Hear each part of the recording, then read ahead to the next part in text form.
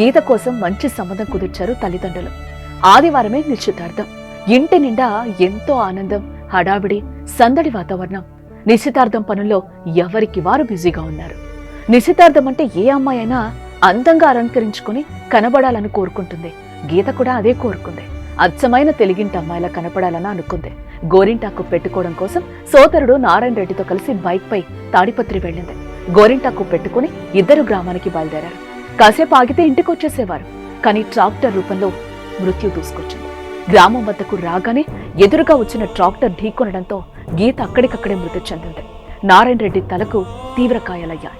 కోటి ఆశలతో కొత్త జీవితంలోకి అడుగు పెట్టే సమయంలో గీత మరణం కుటుంబ సభ్యులు తట్టుకోలేకపోతున్నారు. గీత తల్లిదండ్రులు శ్రీరామ్ రెడ్డి, లక్ష్మీదేవిలు రోధిస్తున్న తీరు కంటతడి పెట్టిస్తోంది. పెళ్లి ముచ్చట తీరకుండానే వెళ్లిపోయావా తల్లి అని వారు ఏడుస్తుంటే గుండె తరుక్కుపోతోంది. నిశ్చితార్థం చేసుకోవాల్సిన అమ్మాయి